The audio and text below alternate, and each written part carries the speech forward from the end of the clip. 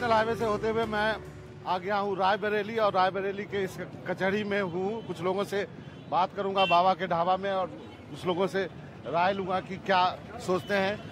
आप बताइए, यहाँ पे कोई कॉन्टेस्ट है क्या? यहाँ पे तो कोई कॉन्टेस्ट नहीं है। यहाँ पर सोनिया जी हैं और सोनिया जी ने रायबरेली में जो भी डेवलपमेंट कराया है उससे लोग संतुष्ट हैं।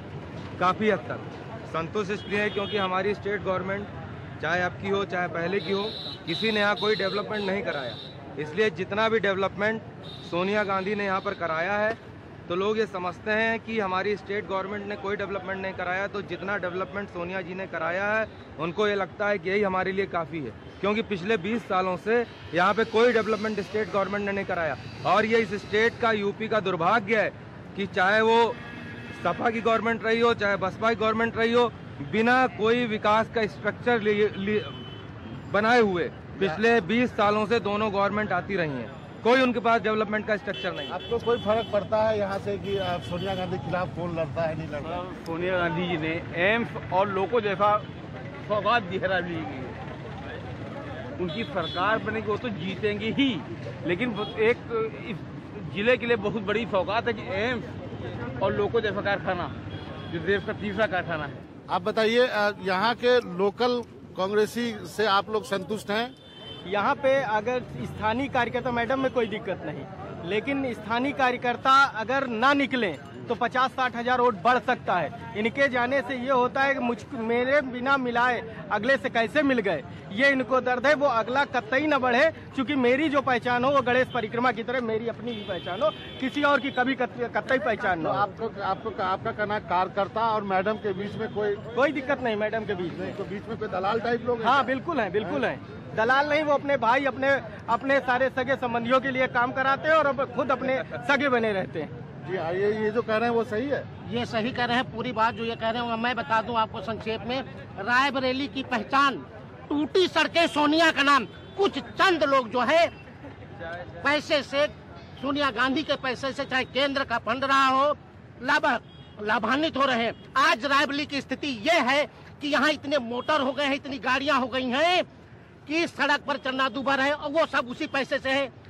सतह पर कोई विकास नहीं हुआ है, केवल कहने को लोक लुभावन घी की रोटी लगा के उसको दिखाते रहे, हम लोग उनके पीछे दौड़ते रहे। ये केवल बहाना है कि हम पैसा भेजते हैं, स्टेट गवर्नमेंट के माध्यम से खर्च होता है। स्टेट गवर्नमेंट कहती है कि वहां से कुछ आता नहीं, हम क्या करें। रायबरेली में हकीकत में रायबरेली और अमेठी ये इंडिया के सिरमौर संसदीय क्षेत्र है, समझ रहे हैं आप। यहाँ की स्थिति, अगर आपको टूटी सड़क कहीं यूपी में मिल जाए तो आप ये समझ लीजिए कि आप या तो अमेठी संसदीय क्षेत्र में है या रायबरेली संसदीय क्षेत्र में है। यहाँ सुन लीजिए, रायबरेली से फैजाबाद संपर्क मार्ग, एक नहरिया का पुल टूटा हुआ था जिसमें 11 महीने सड़क बंद थी। कुमार विश्वास लूज पोल्स ढूंढ करके वहां जब खड़े हुए तो जो है 4 दिन के अंदर पुल बना। वो ऐसी पुलिया थी जिसमें कि सरकार चाहे तो 4 घंटे के अंदर पुल का निर्माण हो जाए और 5वें घंटे ट्रैफिक चलने लगे। आम आदमी को कोई राहत नहीं है, कोई शिक्षा का कोई आधार नहीं है, ना कोई कॉलेज है, ना कायदे की कोई यूनिवर्सिटी है, समझ रहे हैं ना। ये हुआ है। आपको क्या लगता है? मैडम से नाराजगी नहीं है लेकिन बाकी लोगों से नाराजगी है। सबसे पहली चीज़ तो अगर हम लोग विकास की बात करते हैं तो जो हमारे प्रतिनिधि हैं, ठीक, हमने सोनिया जी को चुना, सोनिया जी ने अपने स्तर का प्रयास किया। अब कोई सोचे कि वो हमारे घर का दरवाज़ा साफ करने आएंगी, ये तो हमारी गलतफहमी है ना। हमको जब वोट देना होता है, जो लोग आक्रोश दिखाते हैं, क्या वो समय पे मतदान करने जाते हैं? दुनिया भर की लफाजी करते हैं, तब अपने घर में सोएंगे।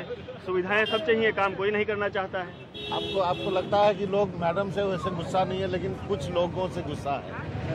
नहीं, मैडम ने बहुत काम किया है रायबरेली के लिए।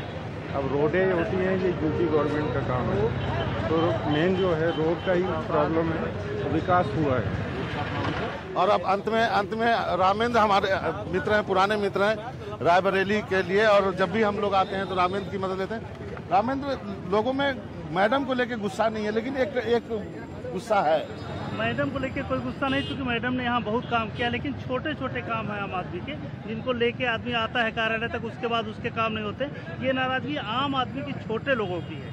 डेवलपमेंट से कोई नाराज नहीं है, मैडम से कोई नाराज नहीं है, मैडम का कोई ऑप्शन नहीं है, इसलिए मैडम को सारे लोग लाइक करेंगे, सारे वोट देंगे। लेकिन ये नाराजगी ये है कि मैडम के नीचे का जो चीजें हैं वो मैनेज ठीक से नहीं हो पा रही, कहीं चूक हो रही। अमेठी में क्या होगा? क्या कुमार विश्वास या स्मृति ईरानी से कोई फर्क पड़ना है? साहब देखिए, घर के मालिक से लोग नाराज होते हैं, लेकिन उसी से लड़ झगड़ के कपड़े मंगवाते हैं। वही स्थिति रायबरेली अमेठी, किनसे लोग नाराज होंगे, लेकिन काम भी इन्हीं से कराएंगे, वोट भी नहीं को देंगे, नाराजगी जाहिर रहेगी। तो 100% की बात रामेद ने कही कि घर के मालिक से लोग नाराज होता है, लेकिन कपड़ा उन्हीं से मंगाता है। इससे ये जो बहस यहीं पे बंद करने लायक है। इससे अच्छी लाइन नहीं हो सकती है। बाबा के ढाबा में आज इतना ही। कल नई जगह होगी, नए लोग होंगे और कुछ नई राजनीतिक चर्चा भी करेंगे।